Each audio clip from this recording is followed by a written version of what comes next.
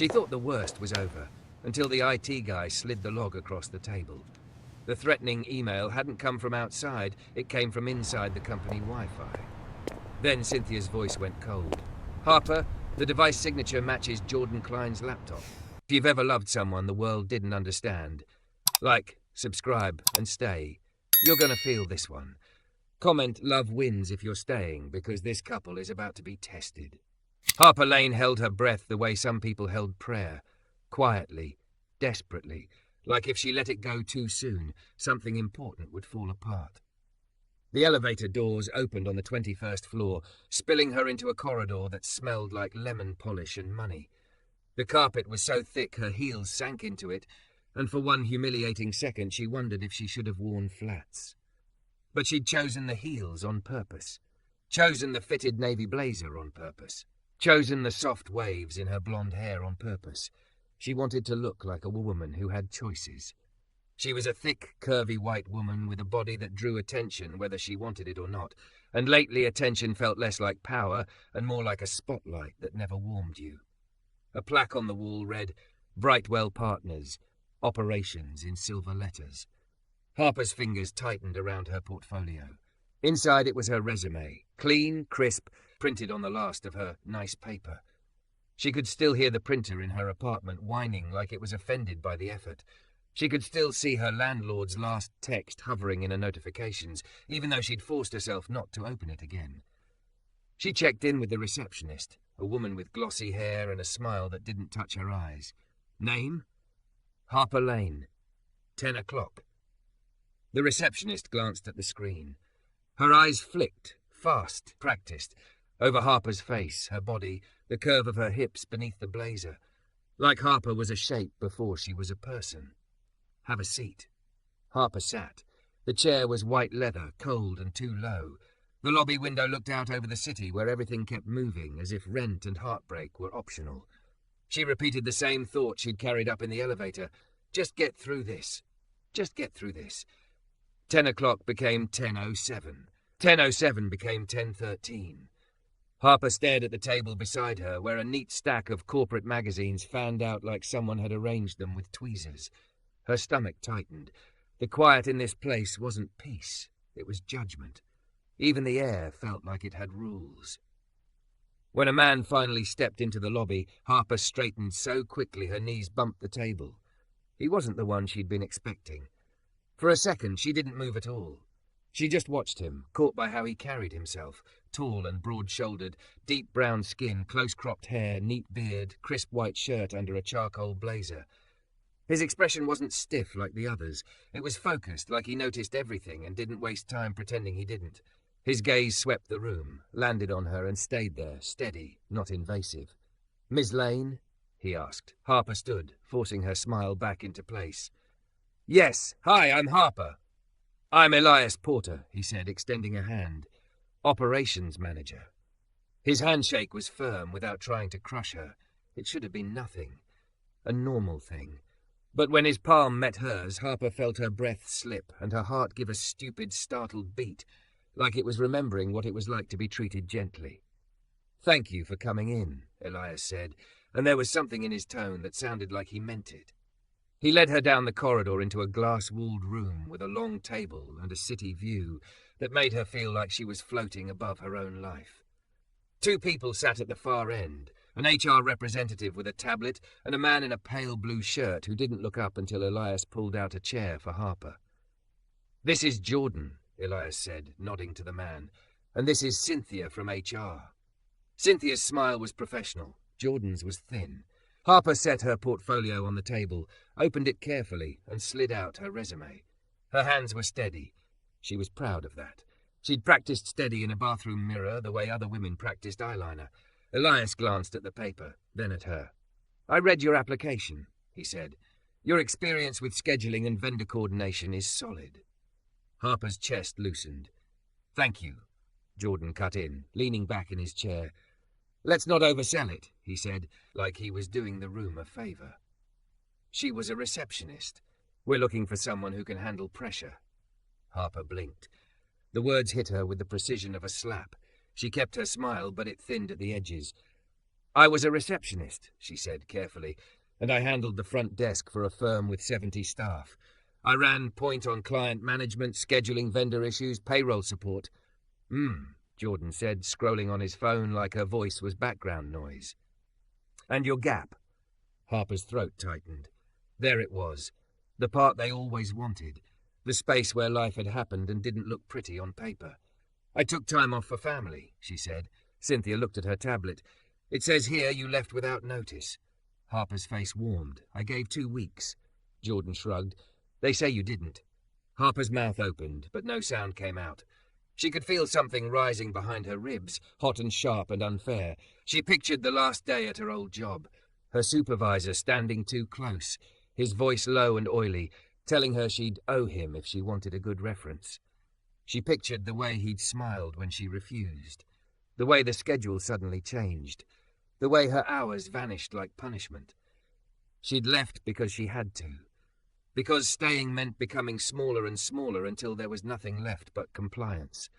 But none of that sounded professional. In a glass room above the city, Jordan leaned forward, finally looking at her fully.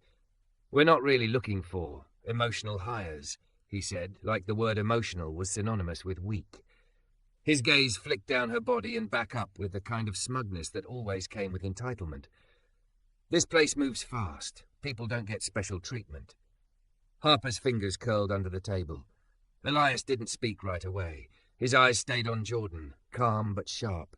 Harper tried again, voice quieter now. I'm not asking for special treatment. I'm asking for a fair chance. Jordan laughed once, short, dismissive.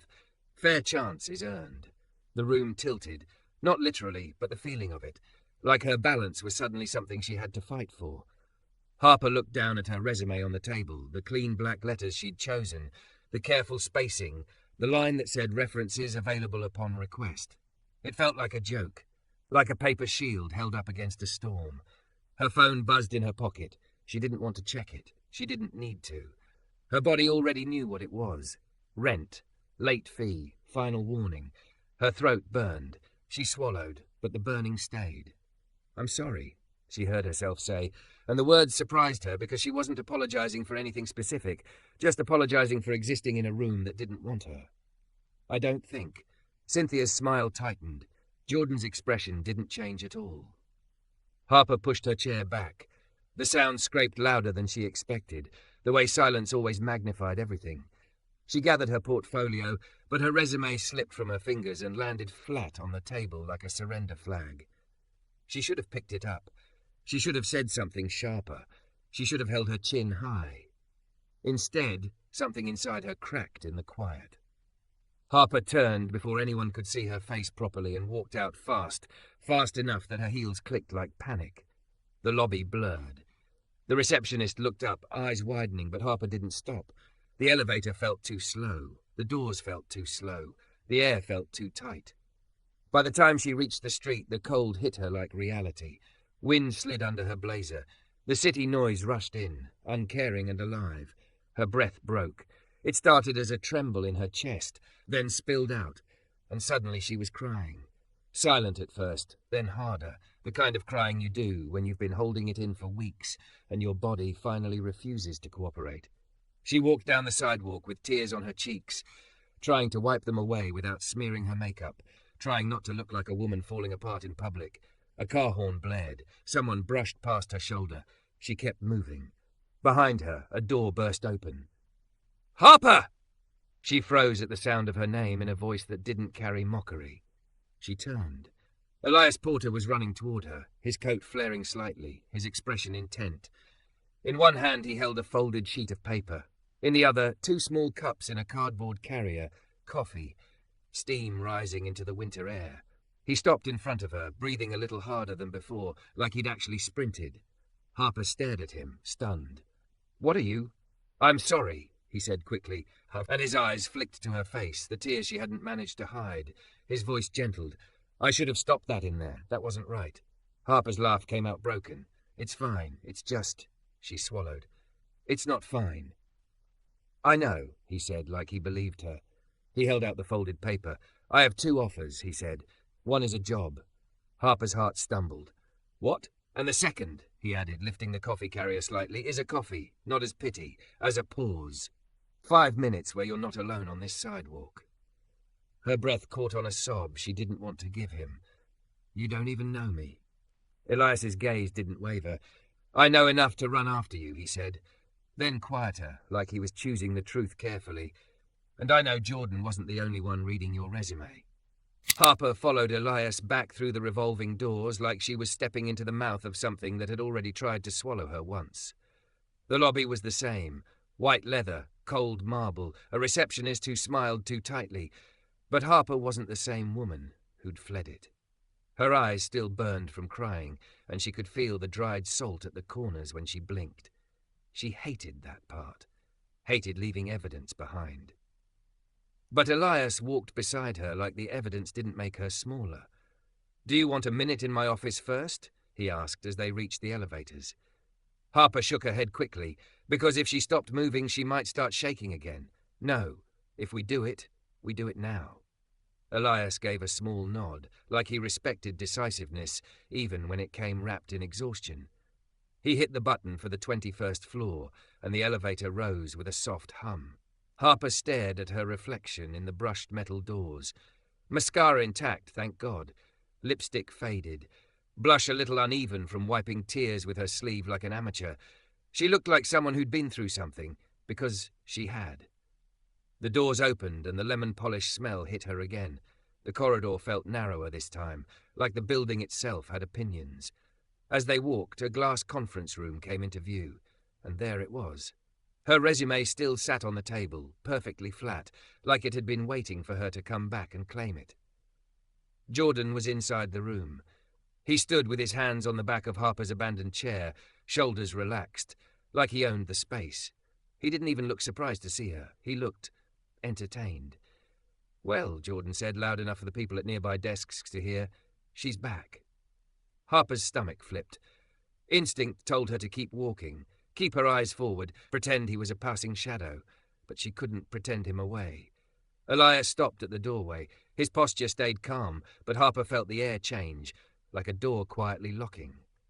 Jordan, Elias said even, we're not doing this. Jordan lifted Harper's resume between two fingers. Doing what? I was just tidying up.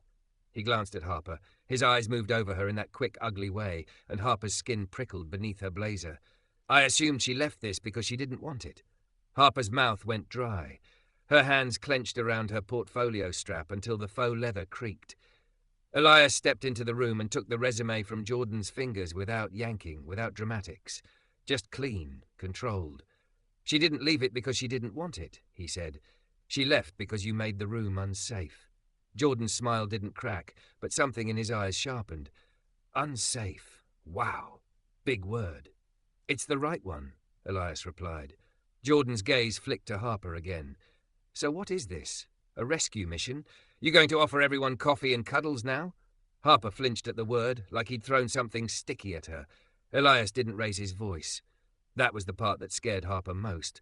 How steady he stayed, like he didn't need volume to win. Cynthia is processing Harper's offer, Elias said. She reports to me. This conversation ends here. Jordan let out a laugh that sounded like he wanted other people to laugh with him. No one did. You're making it personal, Jordan said. Elias's eyes didn't leave Jordan's face. You made it personal when you treated her like a target, he said. Then he turned to Harper, and his tone softened without weakening. Come on. Harper moved, but her legs felt like someone had swapped them with glass. As they walked away, Harper heard Jordan behind them, light and poisonous. Careful, Porter. Don't trip over your savior complex. Harper kept her eyes forward. She refused to look back, refused to give Jordan the satisfaction of seeing what his words did. Elias's office wasn't huge, but it was warm in a way the rest of the floor wasn't. A small plant near the window, a framed photo of a graduation cap and a proud older woman hugging a younger Elias, Harper assumed. A worn leather notebook on the desk like it had actually been used. Cynthia arrived 5 minutes later with her tablet, polite and efficient. Miss Lane, Cynthia said, and Harper braced herself for judgment. But Cynthia's eyes were different now, more careful. Less like she was scanning Harper for reasons to reject her, and more like she was acknowledging something had gone wrong earlier. Mr. Porter explained the reporting change, Cynthia continued. We'll adjust the paperwork accordingly. Harper nodded, throat tight. Okay. Cynthia turned the tablet around. If you'll review and sign. Harper's finger hovered above the signature line. A ridiculous thought flashed through her mind. What if this disappears the moment I touch it? Elias didn't hover behind her. He stayed on the other side of the desk, giving her space like the choice belonged to her. Harper signed. The moment her name appeared in digital ink, something inside her loosened, then immediately tightened again with fear. Because a job was hope, and hope was something life loved to punish. Cynthia smiled, smaller this time, almost human. Congratulations, she said. You'll receive your onboarding email within the hour. Badge photo can be done downstairs. Harper swallowed. Thank you. After Cynthia left, the room went quiet. Harper stared at her hands, still slightly trembling. Elias poured water from a pitcher into 2 cups without asking first. He set one near her, then sat across from her. You did good, he said. Harper let out a laugh that sounded more like a breath-breaking. I cried on the sidewalk. Elias's gaze stayed steady. And you came back anyway, he said. That's the part that matters. Harper looked down at the water. Her voice dropped. He's going to make it hard. Elias didn't pretend otherwise. Yes, he said simply. The honesty was almost soothing. Harper's nails dug into her palm. Why is he like that? Elias exhaled slowly, like the answer tasted bitter. Because it works for him, he said. Because people mistake intimidation for competence. Because he has friends in places that protect him. Harper lifted her eyes. So, what? I just wait for him to come after me? No, Elias said, firm. You document, you keep things in writing. You don't meet him alone behind closed doors. You don't let anyone rewrite what happened. Harper's chest tightened. That sounds like war. Elias's jaw ticked once. It is, he admitted. Then his voice gentled. But it's not one you fight by yourself. Harper didn't trust her own voice, so she just nodded. An hour later, she stood downstairs in front of a camera while a security guard snapped her badge photo. She tried to smile. The smile came out careful, like she didn't want to tempt fate. When she returned upstairs with her new ID clipped to her blazer, she felt eyes on her from several desks. Curiosity, judgment, a few glances that looked like pity. One glance that looked like envy. Harper kept walking. Elias introduced her to a small cluster of people on the operations side. IT, facilities, a quiet woman in accounts payable who offered Harper a piece of peppermint gum like it was a peace offering. Harper accepted it, even though she didn't want gum, because she wanted anything that felt like kindness. By late afternoon, her inbox filled with onboarding modules, policy PDFs, building access instructions, and then one email that made her stomach drop. From Jordan Klein, subject quick chat, time 6:15 p.m. Location, Conference B. Harper stared at the screen. The office clock read 4:52. Her heart began to thud in a slow, warning rhythm. Elias was in a meeting. His door was closed. Harper's phone buzzed in her pocket again, and she already knew what it was before she looked. Landlord, today. Or I file. Her vision blurred at the edges. The office around her kept moving, people talking in low voices, keyboards clicking like tiny hammers, the building humming with expensive calm. Harper swallowed hard and opened a blank note on her computer, fingers shaking as she typed the time and the subject line of Jordan's email. Document. Keep it in writing. Don't meet him alone. Her pulse pounded louder. Then her screen flickered, just once, and a new message popped into her inbox from an address she didn't recognize. No name, no signature, just a subject line that froze her blood. I saw you crying. Don't get comfortable.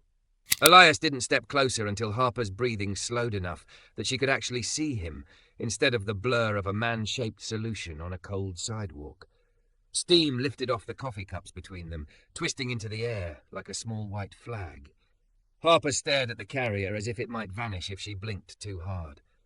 A job? She repeated, because her brain couldn't hold the word properly. It kept sliding off, like water on glass. Elias nodded once. 2 options. He said again, keeping his voice low so it didn't feel like the whole street was listening. One is the role you came in for. The other is not that. Different title, different team, but better fit. Harper's throat tightened. Why 2? Because I don't like forcing people into boxes, he said. Then, like he realized how it sounded, he added, And because I don't like watching good candidates walk out thinking they failed. Harper's cheeks were still wet. She wiped them with the edge of her sleeve, then hated herself for it. She'd practiced looking composed, practiced walking in and out of rooms like she belonged. But no amount of practice held up against a man calling her emotional hire like it was an insult carved into her forehead. I didn't fail, she said, more to herself than him. Elias's eyes stayed steady. You didn't.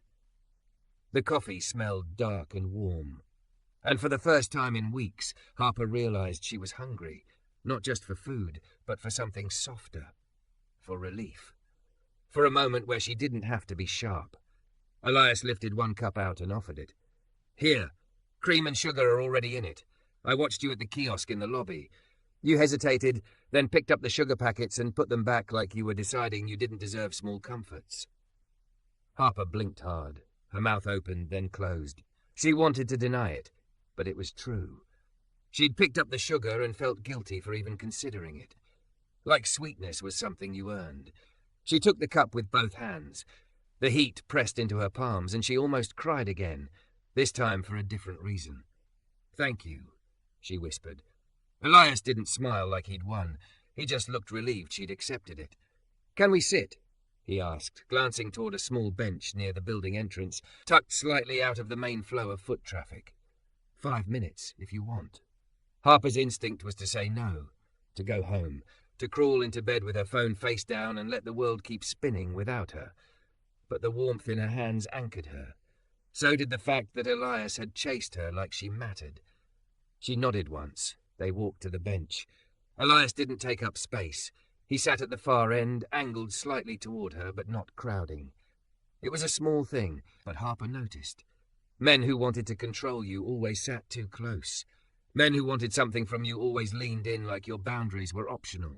Elias held his own cup in one hand and the folded paper in the other, resting it on his knee like it weighed more than it should. Harper took a sip. The coffee was strong, sweet, and just bitter enough to feel adult. It hit her bloodstream like permission. So, she said, voice hoarse, what's the catch? Elias's brow lifted slightly. Catch? Harper let out a humorless breath. People don't run after strangers with job offers and coffee. Not in my life.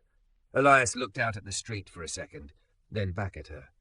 In my life, he said quietly, I've watched people get shut out of rooms because of the wrong reasons.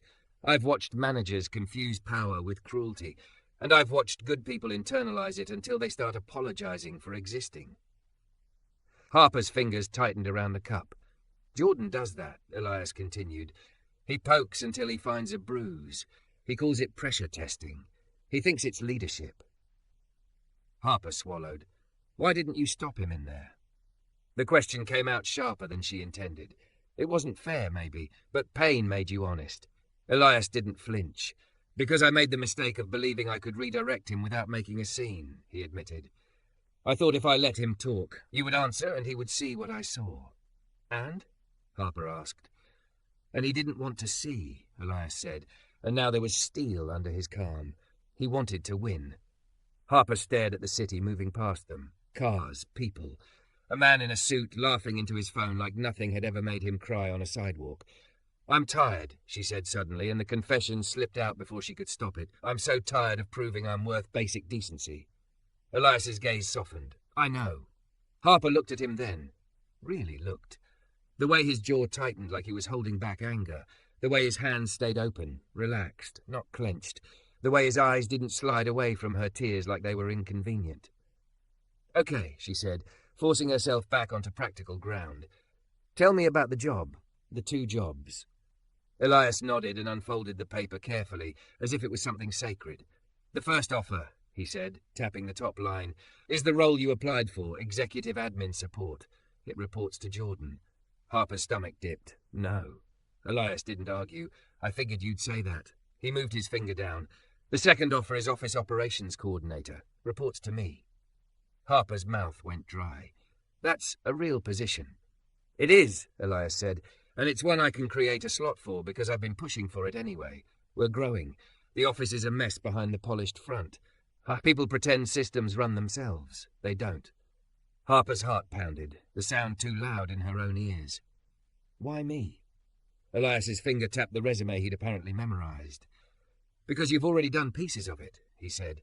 "Scheduling, vendor coordination, client-facing triage, conflict management." "I didn't put conflict management on my resume," Harper said quietly. "You didn't have to," Elias replied. "Your references hinted at it. And the way you handled Jordan just now, without yelling, without breaking, told me you know how to stay professional while someone tries to drag you into ugliness." Harper's throat burned. "I did break," she whispered. "I cried." Elias's eyes held hers. "Crying isn't breaking," he said. "It's your body refusing to numb itself. Don't let people shame you for still having nerves." Harper looked down at her cup. The lid was slightly smudged with a thumbprint. She traced it with her nail, grounding herself. "What's the pay?" she asked, because rent didn't care about poetry. Elias answered immediately, like he'd prepared for that too. The number hit her like a gust of oxygen. Not rich, not magical, but enough to keep her from drowning. Her eyes stung again. "I can't." She stopped. She tried again. "I can't afford to mess this up." "You won't," Elias said. Harper laughed once, shaky. "You don't know that." Elias leaned back slightly, but giving her room. "Then let's set you up to not mess it up," he said. "Clear expectations, training plan, no guessing games." Harper stared at the paper, then at him, then at the building behind them, all glass and polish and silent cruelty. "If I take this," she said slowly, "Jordan will hate me." Elias's mouth tightened. "Jordan already hated you," he said. "Not because of anything you did, because he likes people he can control, and you didn't fold." Harper flinched at the truth. Elias continued, calmer. "He'll be annoyed. He'll try to frame it like you couldn't handle his team. Let him. Your job isn't to earn his approval." Harper's phone buzzed again. She glanced down. A message from her landlord flashed across her screen. "Today, or I start eviction." Her breath caught. Elias noticed. "Bad news?" Harper tried to lock her face. "Failed. Just life." Elias nodded like he understood without needing the details. "Do you have somewhere safe to go after this?" The word safe did something to her, made her feel both grateful and embarrassed. "Yes," she lied automatically, then hated herself for it. Elias didn't call her out. He just waited, eyes steady, giving her the chance to tell the truth if she wanted. Harper's shoulders sagged. "I have an apartment," she admitted, "for now, but my rent is late, and—" She stopped because the humiliation rose like bile. "I'm not asking you to fix that." "I'm not offering to," Elias said gently. "Not because I don't care, because I don't want you to feel like this job is charity." Harper swallowed hard. "It isn't." "It isn't," he said, firm. "It's earned." Harper stared at the offer letter again, hands trembling slightly. Then she did something she hadn't done in a long time. She let hope in. Just a crack. "What happens next?" she asked. Elias exhaled like he'd been holding something too. "If you want it," he said, "you come back upstairs with me. We do the paperwork. Cynthia can process it. And Jordan doesn't get a vote."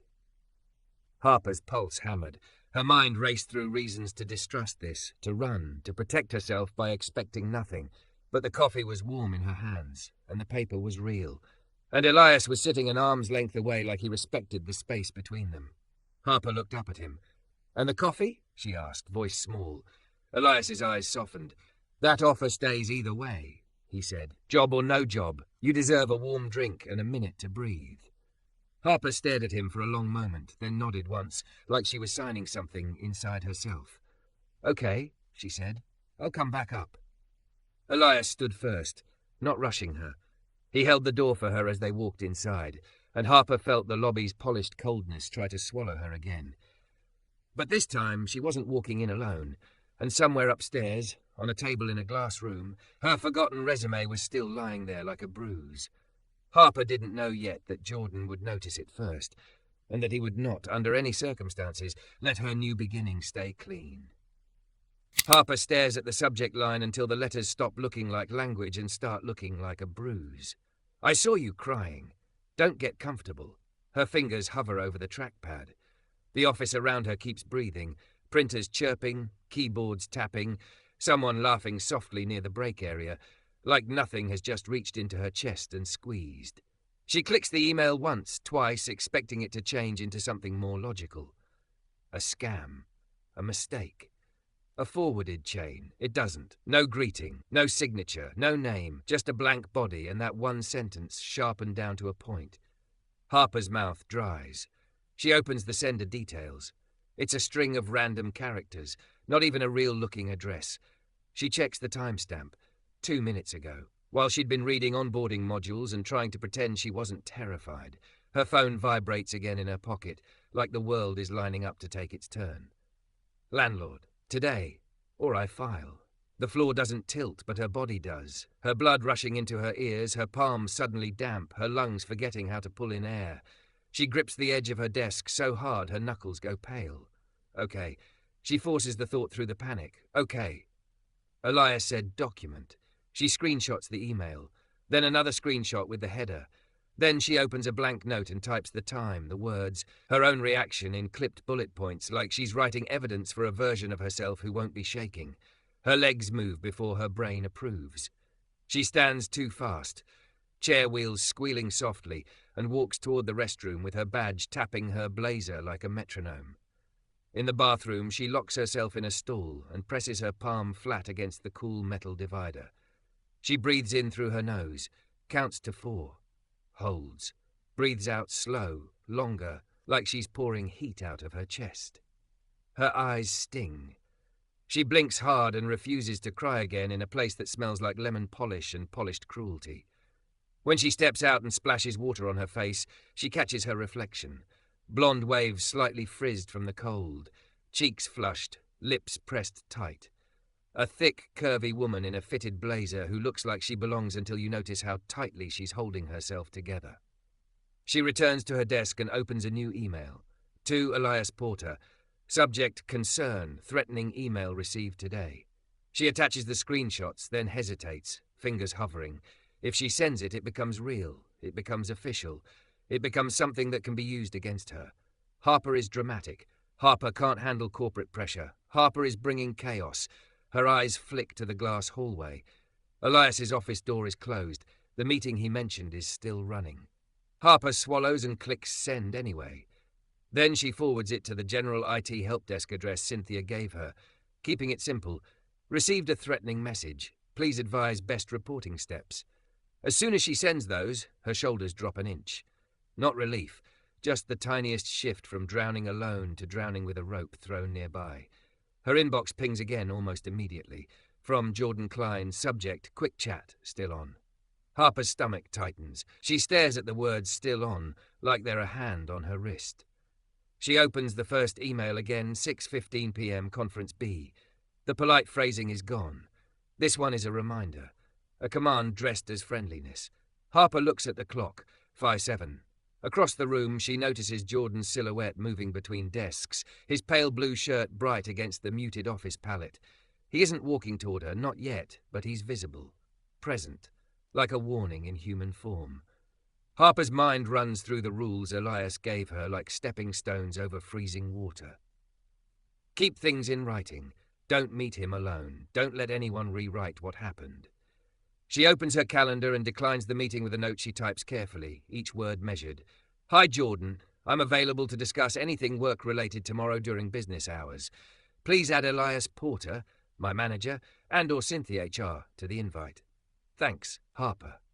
Her finger hovers over send. Her pulse is loud enough to feel in her teeth. She sends it. It feels like lighting a match in a room filled with gas. 10 minutes later, Jordan appears at her desk like he's always belonged there. Harper, he says, smiling like this is casual. You declined. Harper keeps her hands visible on the desk, her shoulders squared. Yes, she replies, calm. I'm happy to talk tomorrow with Elias included. Jordan leans on the edge of her desk without asking, invading the space like he's testing how much she'll tolerate. His cologne is expensive and slightly sharp, cutting through the office's clean scent. You're new, he says, and I'm trying to help you. A quick chat saves misunderstandings. I understand, Harper says, forcing her voice to stay steady. And I prefer meetings with my manager present. Jordan's smile tightens at the corners. You prefer, he repeats, like it's amusing a receptionist can have preferences. Harper doesn't react. She can feel fear climbing her spine, but she doesn't let it touch her face. Jordan's gaze drops to her badge. Cute, he murmurs. Then he looks back up and his tone changes, soft, almost kind, the way predators sound when they're trying a different approach. Listen, you made a scene earlier. You cried. You ran out. People noticed. Harper's throat burns. She keeps her eyes on his. I didn't make a scene, she says. I left a situation that felt inappropriate. Jordan's jaw flexes once. And now you're emailing IT, forwarding things to Elias. That's aggressive. Harper feels the email in her pocket like it's still glowing. I'm following policy, she says. I received a threatening message. Jordan's brows lift, a perfect mask of surprise. Threatening? He echoes, voice a shade too smooth. What, someone didn't like your onboarding? Harper holds his gaze. It said it saw me crying and told me not to get comfortable. Jordan gives a small laugh, like she's telling him about a rude comment online. That could be anyone. Trolls exist. Harper's palms sweat. Maybe. But it came to my company inbox, on my first day. Jordan shifts closer by an inch, lowering his voice so it feels like a secret and a trap at the same time. This place rewards people who don't panic, he says. You want to succeed here? Don't start building a file. Harper's stomach twists. She hears Elias's voice from earlier. You document. Jordan's voice overlays it. Don't start building a file. And suddenly Harper understands why people stay quiet. Silence feels safer in the moment. Silence feels like you might survive. Harper lifts her chin. I'm not building a file, she says. I'm protecting myself. Jordan's smile fades. His eyes harden. Careful, he says softly. Protection can look like accusation. Harper's heart pounds. Then we can talk tomorrow with Elias and HR, she repeats more firmly. Jordan straightens. He smooths the front of his shirt like the conversation never happened. Sure, he says, bright again. We'll do it your way. He walks off, and Harper feels the air return to her lungs in a rush that almost hurts. At 5:29, Elias appears at her desk, moving fast with purpose, his face tight with restrained anger. I saw your email, he says quietly. Are you okay? Harper wants to lie. She wants to be the easy employee who doesn't make trouble, but the threat sits in her throat like a stone. No, she admits, I'm not. Elias's gaze flicks toward Jordan's corner of the office. Did he come to you? Harper nods. Just now. Elias's jaw tightens. Okay, he says. Pack up. We're leaving. Harper blinks. Leaving? Coffee, Elias says, the word gentle but firm. Somewhere off this floor, 10 minutes, and then we come back with a plan. Harper gathers her things with shaking hands. The office watches in quiet fragments, glances that pretend not to be glances. As she walks beside Elias toward the elevators, her phone buzzes again. Not her landlord this time. A new unknown text. Number hidden. You think he can save you? Harper's blood turns cold. The elevator doors close, sealing her inside with Elias and her own pounding heart, and she realizes, whatever this is, it didn't start today. But it found her today, and it already knows who she's walking with. The cafe Elias chose sat half a block from the building, small enough that the barista knew every regular and bright enough that shadows couldn't hide in corners. Harper slid into the booth by the window with her coat still on, hands wrapped around the same coffee cup like warmth was a lifeline she could grip. Elias didn't ask questions first. He set 2 napkins on the table, slid one toward her like permission, and said, breathe. In slow, out slower. Harper did it because her body needed an instruction that wasn't fear. Her chest rose, held, fell. The shaking in her hands softened from earthquake to tremor. Only then did Elias speak again. Show me the text. Harper pulled out her phone, thumb hovering as if the words might bite. She turned the screen toward him. You think he can save you? Elias's jaw tightened, but his voice stayed steady. Okay, he said, like the word was a plan forming. We're going to treat this like a real threat, not a vibe. Harper swallowed. It feels stupid to say it out loud, like I'm being dramatic. It's not dramatic, Elias said. It's data. She flinched at how calmly he called her fear something solid. Elias opened his own phone and typed quickly. I'm calling building security, he said. Not to make a scene, to get timestamps, door logs, camera views, and I'm looping in HR and IT formally. Harper's throat tightened. Jordan said not to build a file. Elias's gaze lifted to hers. Jordan doesn't get to decide how you stay safe, he said, and there was something in his tone that made Harper's spine straighten without her meaning to. He said that because he's afraid of records. Harper looked down at her coffee. The foam had collapsed into a thin brown skin. If I lose this job, she whispered, I'm done. I can't. Her voice cracked. My landlord is filing tomorrow. Elias didn't pity her. That mattered. He didn't look at her like she was a problem to solve. He just nodded like he respected the weight she was carrying. "First," he said softly, "you're not losing your job. Second, we'll talk about the landlord after we finish the threat part." Harper let out a shaky laugh. "You say that like it's easy." "It's not," Elias replied, "but it's doable." He made the call to building security right there in the booth, voice low, precise. He asked for camera coverage of the operations floor between 4:40 and 5:30. He asked for badge access logs near Harper's desk and Conference B. He asked for a report in writing. When he hung up, Harper realized she'd been holding her breath again. Elias leaned back slightly, giving her space. "Now," he said, "tell me exactly what Jordan said at your desk. Word for word, if you can." Harper closed her eyes. The memory tasted like metal. "He said I made a scene, that people noticed. He called the badge cute. He said forwarding the email was aggressive. He told me—" Her voice went thin. "He told me not to start building a file." Elias's eyes narrowed, not at her, at the shape of the situation. "Okay," he said again. "That's intimidation." Harper swallowed. "He also acted like the threat email was nothing, like trolls." Elias tapped the table once, thoughtful. "If it was nothing, he wouldn't care that you documented it," he said. "He wouldn't come to your desk." Harper's stomach rolled. "You think it was him?" "I'm not thinking," Elias said gently. "I'm checking." The next morning, Harper walked into Brightwell Partners with her shoulders squared and a knot in her stomach. Elias met her in the lobby and didn't ask if she was okay, like it was optional. He simply said, "You're not alone today," and guided her to Cynthia's office. Cynthia had the kind of posture that suggested rules were her religion. But when she looked at Harper, there was no coldness in her eyes, only seriousness. "I've reviewed the screenshots," Cynthia said. "IT is pulling headers and logs. Building security is pulling camera footage. Elias has provided an incident statement." Harper's mouth went dry. "Am I in trouble?" Cynthia shook her head. "No," she said firmly. "You followed procedure. You reported. That's what we want." The word want hit Harper like she'd been starving, and someone finally offered food without making her beg. A knock came at the door. A man from IT stepped in, carrying a laptop, face-focused. "We traced the email," he said, glancing at Cynthia before looking at Harper. "The sender address is spoofed, but the login route isn't. The message was sent through an internal web portal using company Wi-Fi. The device signature matches a Brightwell-issued laptop." Harper's pulse slammed. "Whose?" The IT man hesitated the way people do when they're about to say a name that changes the room. "Jordan Klein's machine," he said. Harper felt the air thin. For a second she couldn't hear anything but her own heartbeat. Cynthia's expression didn't change, only sharpened. "Do you have supporting logs?"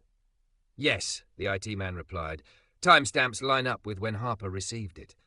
Elias's jaw tightened, controlled fury in the small movements of his face. "And the text?" Harper whispered. Building security had arrived too, a quiet older man with a folder. "The number is blocked," he said, "but we can't ignore pattern. Also, we pulled footage near Harper's desk at 5:18.